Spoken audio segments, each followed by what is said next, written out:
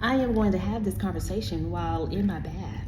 Yes, yesterday I had a flower bath, but in the jacuzzi. Today I'm having a flower bath, but in a tub. And the tub is big, it's amazing.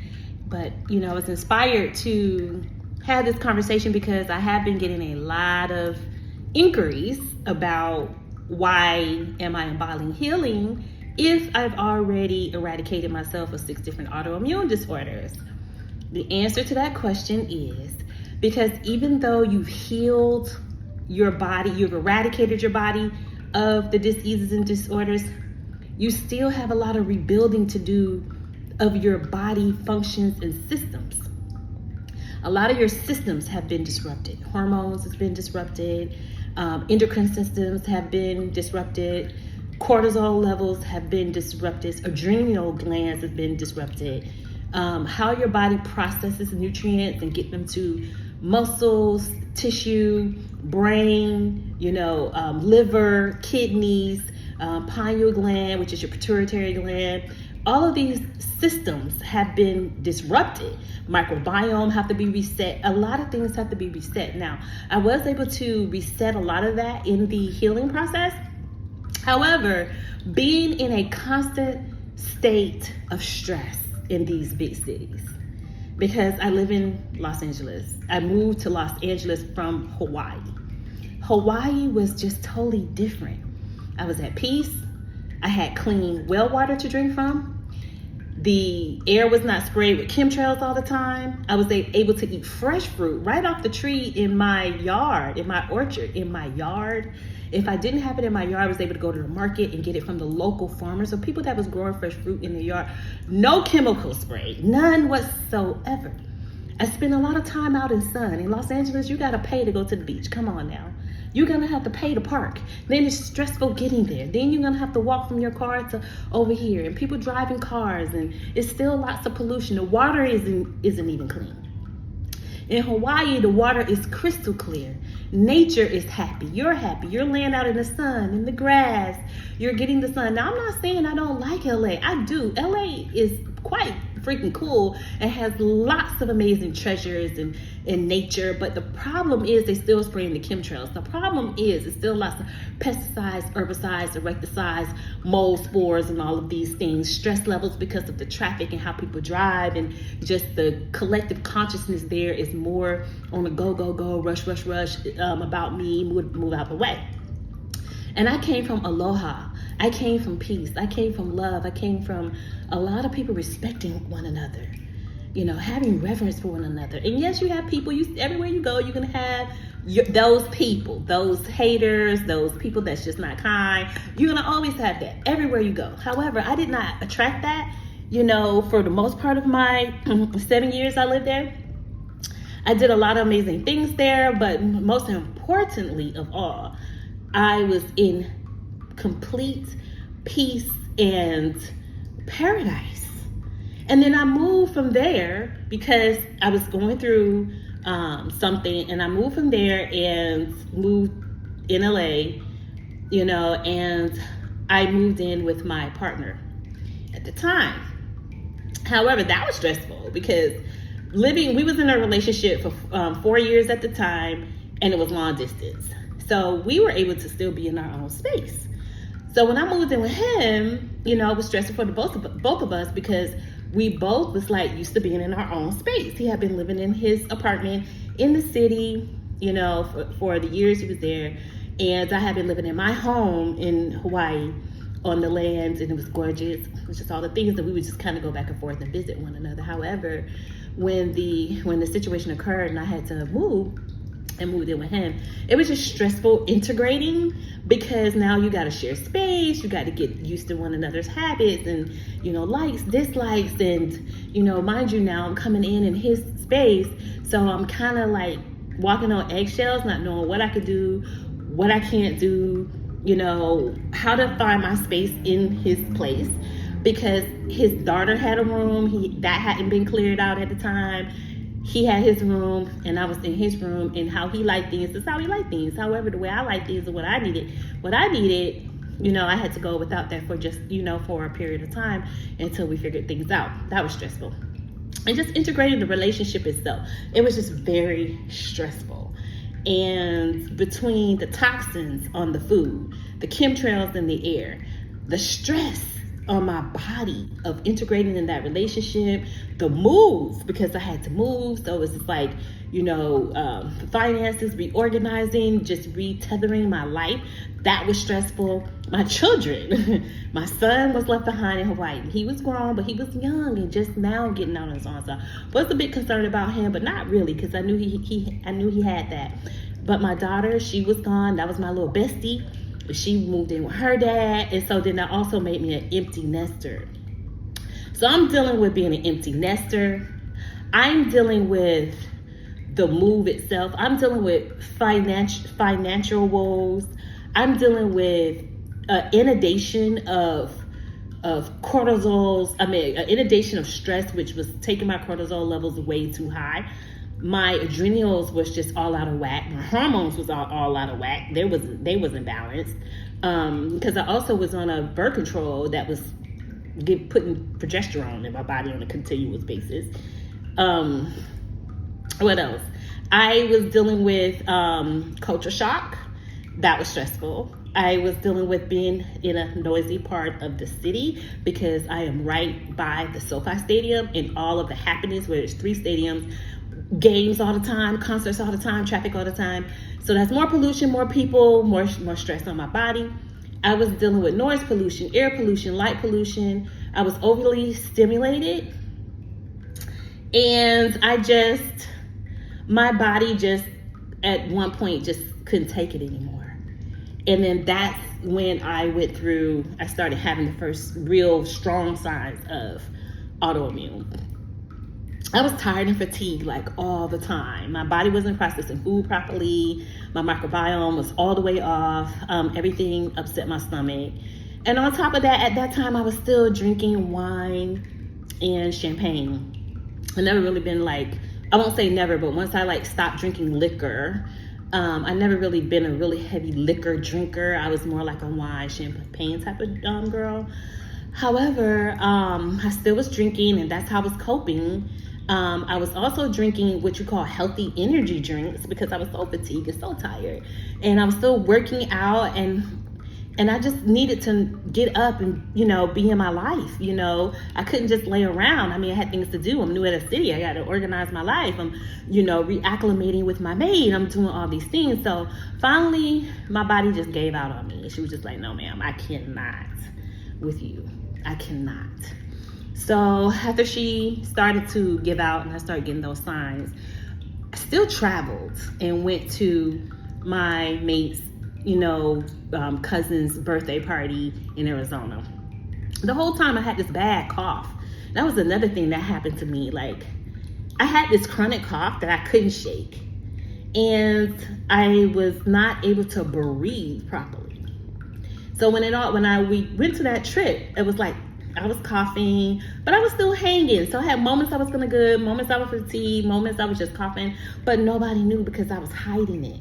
I would go in the car and cough. I would cough when I'm by myself. I would hold the cough. I would go somewhere to go wherever I could to cough because I just didn't want to see people to see me like that. And I really didn't know what was going on at the time. So afterwards, after it just got so bad, we were on our way back to LA, and I guess as soon as my body knew I was back where I could just rest, she totally and completely gave out on me.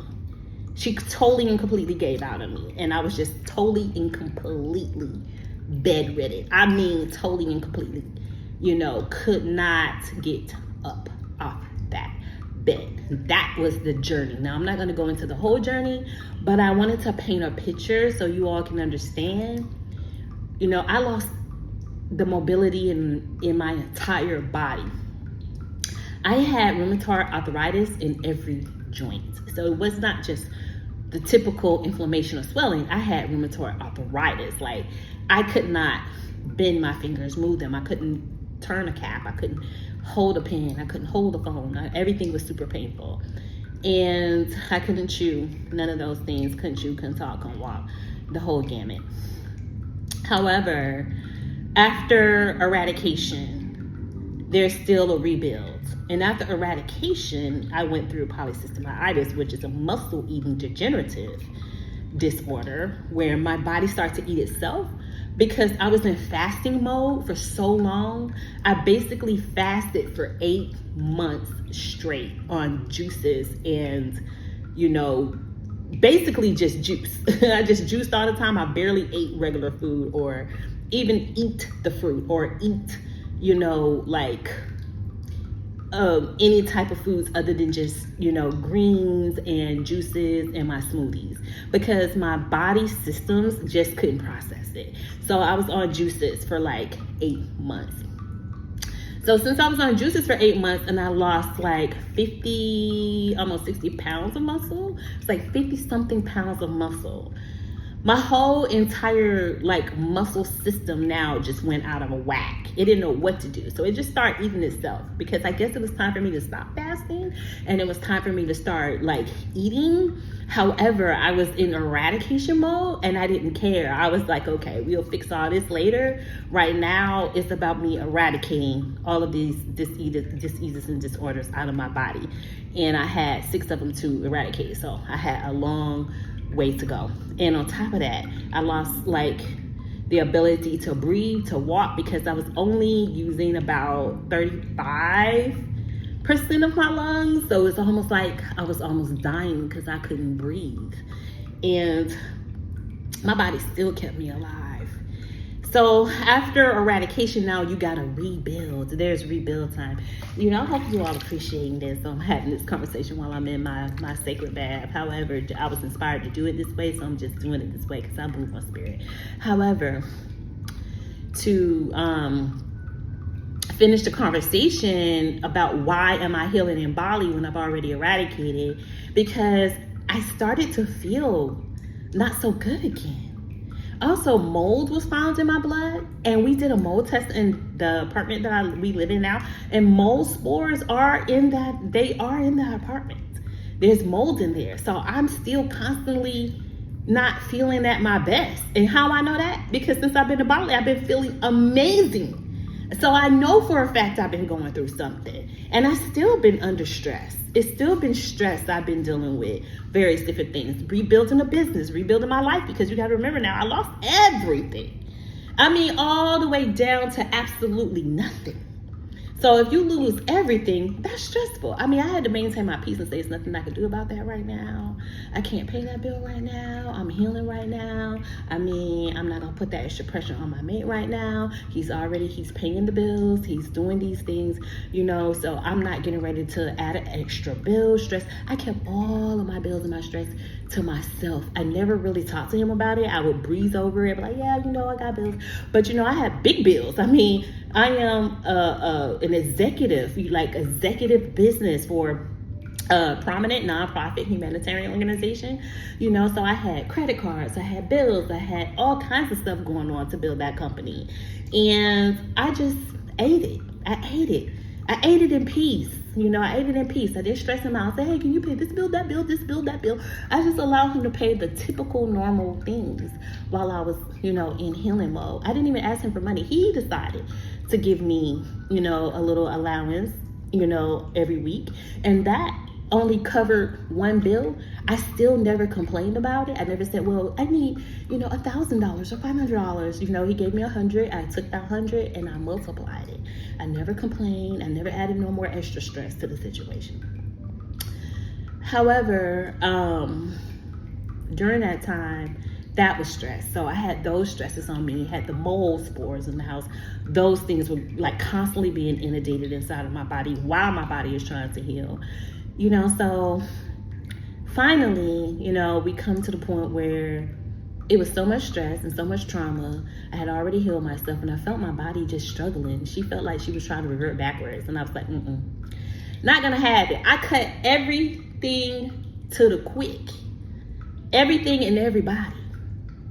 If people got upset with me because I said I'm not gonna argue with you, or people got upset with me because I didn't move the way they felt like I should move, or do what they felt like I should do, I cut all that shit to the quick, because I wasn't gonna get sick again. I cut it to the quick. I let people think what they want, treat me how they want, shut me down, not talk to me, block me out, be mean to me, whatever they wanted to do. Lie on me, create drama. I mean, it was coming at me through different places. Everybody around me just started with all of this attack because I just wasn't gonna be moved off my square piece. And I knew that was a test.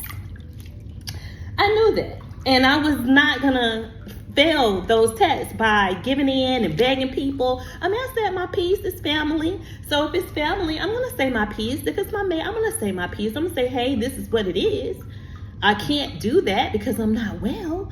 And if they can't see that or honor that, you know, me saying I'm creating this boundary because I'm not well and I need to focus on my healing and I don't need to be arguing, I don't need to be creating no extra drama, stress, or trauma on myself, then that's on them. That is absolutely on those people, or that, you know, that's on those people. And I'm in a space now where people can say whatever they want, treat me however they want, but my peace and my love for myself comes first, because I can't help you if I'm not here. I almost died twice within a year and a half. Twice I was on the deathbed. Twice I dealt with all the way where my body systems were shutting down all at once. I brought myself back to life, and then I wasn't gonna go through it a third time. My body absolutely could not go through that 3 times. So I told my mate, I said, I cannot heal here. And, you know, we got me to Bali. And I've been here healing. My nervous system was shot. I mean, my body just was in total like shock because she was just going through so much and had been through so much in such a short amount of time. I mean, I put myself first. I did all my healing work, rituals, prayer, meditations, journaling, laying in the sun, doing things like this, you know, flower baths and massages and, you know, the sauna, steam room. I wasn't even concerned about trying to bump all around and go here and go there and go there like a lot of people do. They come to be a tourist. I didn't come to do that. I come to heal. So I listened to my body every day. If she wanted to go somewhere, we went. If she wanted to walk, we walked. And we wanted to go to the temple, we went to the temple. Temple's actually right next door. It's like 8 temples all around me, right literally next door to where I'm staying. There's a Buddhist temple, and on the other side of me is a mosque. Okay. 2 of the temples that I really appreciate, in philosophies I do appreciate. I just appreciate the sciences and the nomenclatures of various different cultures and philosophies and religions. I mean, I do not, you know, claim by one. I am universal consciousness, so I pull from whatever I need to pull from, apply it to my life as needed. Right now, I am deeply, heavily into the Buddhist teachings because they just align with me and where I am right now in my life, and you know where I'm going. So that's what I'm doing right now. I'm in those studies, and I appreciate that. But this is the reason why I'm here. This is the reason why I am on my particular healing journey. And for my clients, this is a testimony to you too. For my clients and people who want to sign on to their eradication detox protocols. Just because you have been eradicated, it doesn't mean that you go back and start doing the same things you were doing. You do not go back and start eating the same foods you were eating. You do not go back and start under the same stressful ways. You do not go back and extend your boundaries. You do not go backwards. You keep moving forwards. Will that mean that some people will want to be out of your life? Yeah. It'll mean that. For some people can't handle your boundary. Some people can't handle the fact that you can't do all what you used to do. If those people love you, they will be patient with your process. They will understand. I know if my friend, partner, sister, brother, whoever, and I was around them and they were not well, and I knew and I saw what they was going through, and I witnessed it, I would be easy on them. I would be like, baby, sister, friend, just heal. If you can't, then you can't. I'm not gonna stress that person out about what they can't do or don't even wanna do. If they don't even wanna do it, that's fine too, because that's their body saying, I can't be pushed any further today. Because what might look easy to you might not be easy for them because they are in a healing process. But people get so numb. to people. People so numb and cold that they can't even see it. And if they see it, they don't care. They might be even tired of you be going through what you're going through. They're over it. Okay, they ain't over it in a good way. They're over it. They're over you not being well so you can perform. And people will be over it, and that's okay. Let them be over it. Let them be over it. What's more important, them being over it or your life being over? What's the most important thing is your life, not people. You can't live for them and they can't live for you, because when you're on that deathbed and you're in that coffin, they'll be like, oh, she was a good woman. I loved her. Oh, I missed her. Oh, she was amazing. They'll have all these things to say about you and be the main cause of your ass being in the fucking coffin. Excuse my language. But it's the truth. So you have to take responsibility and be accountable for your healing and for your boundaries and for your peace. So whatever you got to do to maintain your boundaries, your peace, and your love for yourself, that's what you better do. All the people that want to sign on to my program, because I got emails right now that I have to respond to. Right now, sisters and brothers that have emailed me and want to be a part of my Eradication Detox program. Right now, I'm healing me. I will absolutely answer those emails and get you all signed up when I get back to Los Angeles. And for the ones that's on the program that has been patient with the time difference, and the time difference has been a big thing. We still been making it happen. I appreciate you. I honor you, and I want you all to let this be a testimony to you that, being eradicated is one thing. Maintaining is two. Being accountable for your continual healing is three. And those are the three things that you have to do in order to continue, because your body now is done with the BS. She ain't playing, or he ain't playing with you anymore. You would not be able to go backwards. So if you're healing just so you can go backwards, then you're already in the wrong mind frame. I'm going to need you to get in the right mind frame, and I'm going to need you to love yourself so deep. That's why we do the healing work, because in the Eradication Detox program, we don't just do one layer of work. We do all layers, because see, what initially got you there was emotional, mental abuse and trauma. Probably from parents, probably in a household, probably from a mate. It's probably, and then you start abusing yourself because you've been abused so long, or you witnessed abuse so long, and you've been part of a systematic abusive system so long that no one else has to abuse you. You do it to yourself, and what comes in your mirror is abuse back to you. You can only pull to you what you do to yourself. And I used to tell my women that in domestic violence program in Hawaii. I said, see, you can't get abused if you're not abusing yourself. Because in your mirror, you're going to be reflected back to you what you're doing to yourself. And you got to figure out, where are you abusing yourself? You might not even look at or see the ways you're abusing yourself. It could be something simple. It could be something simple as you're not drinking enough water, you're not getting enough rest, you're prioritizing work over self-care, you're not getting up early in the morning and taking care of you first, you keep jumping up, taking care of the kids, taking care of your man, taking care of this, taking care of that, you're not taking care of you. You can't take care of none of them people if you're not well. And then you really get the chance to see how people really feel about you when you can't do for them. Okay?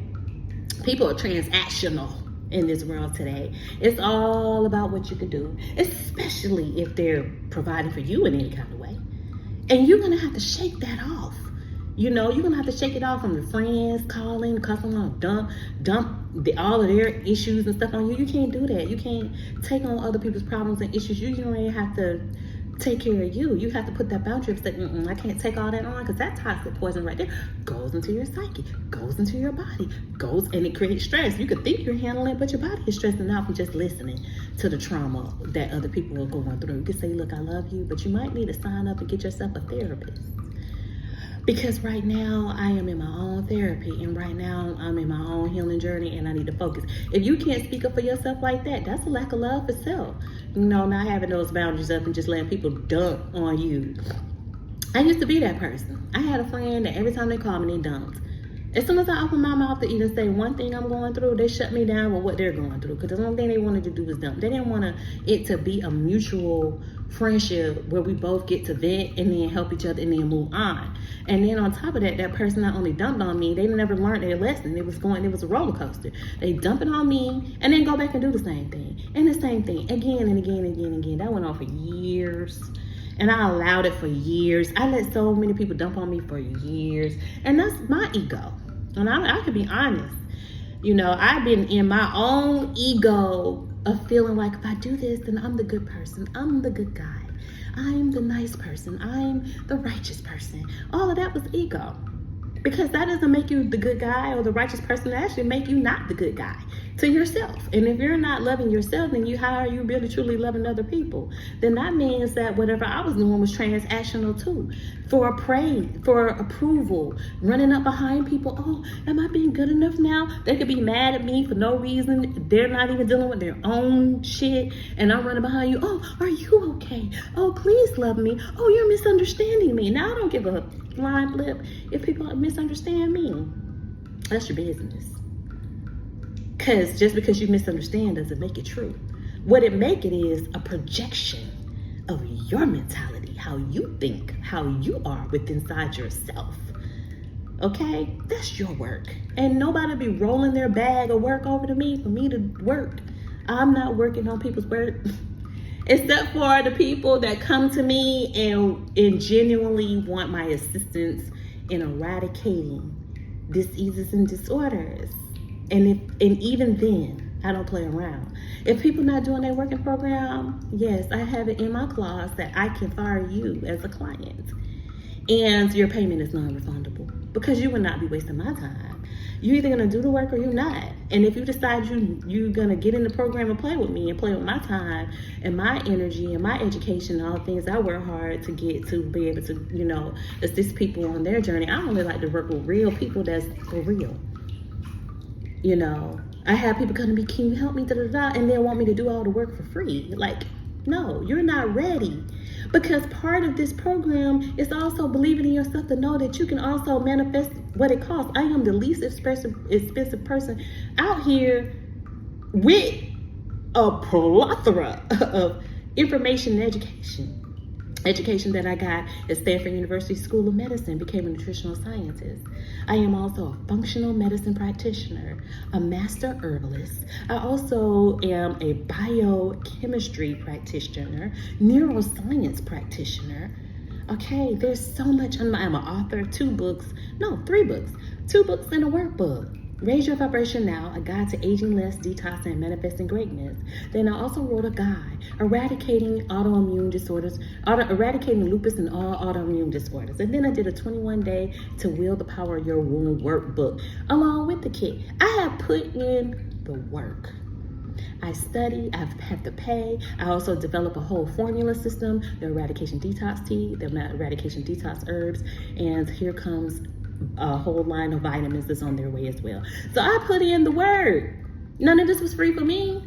Web hosting costs, all this stuff costs. Everything costs. Nothing is free. So you have to pay for a good service from a very qualified, you know, practitioner, scientist, doctor, herbalist, you know, alchemist, womb power specialist. You know, it is going to be worth it for you. Trust me. But in order for me to be worth it for you, I have to be worth it for me. I refuse to be one of these fake, you know, people out here that is out here, you know, teaching and they're not doing their work. Doing the work on yourself is consistent until you leave this planet. I don't care who you are, how high you feel like you have arrived. You're still going to continue to do that work on yourself until you leave that vessel. You will be doing that work. So, if you are interested in my programs, if you're interested in me, I'm Dr. Naima Nefertiti. The website is womenofpowerempire.com. And that's WOMEN Empire, EMPIRE, womenofpowerempire.com. You can also email me at Naima, NIEMAH, at womenofpowerempire.com. And my social medias, you just find me at Dr.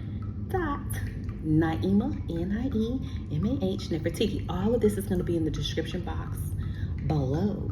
All the information where you can find me, links to website, books, eradication detox teas, all the whole nine. And if you're just interested in losing weight and getting rid of all the parasites from all the stuff we go in these big cities that we go through, yeah, you just get the eradication detox tea. Until then, I love you. Aloha. Happy healing, happy cleansing, happy life.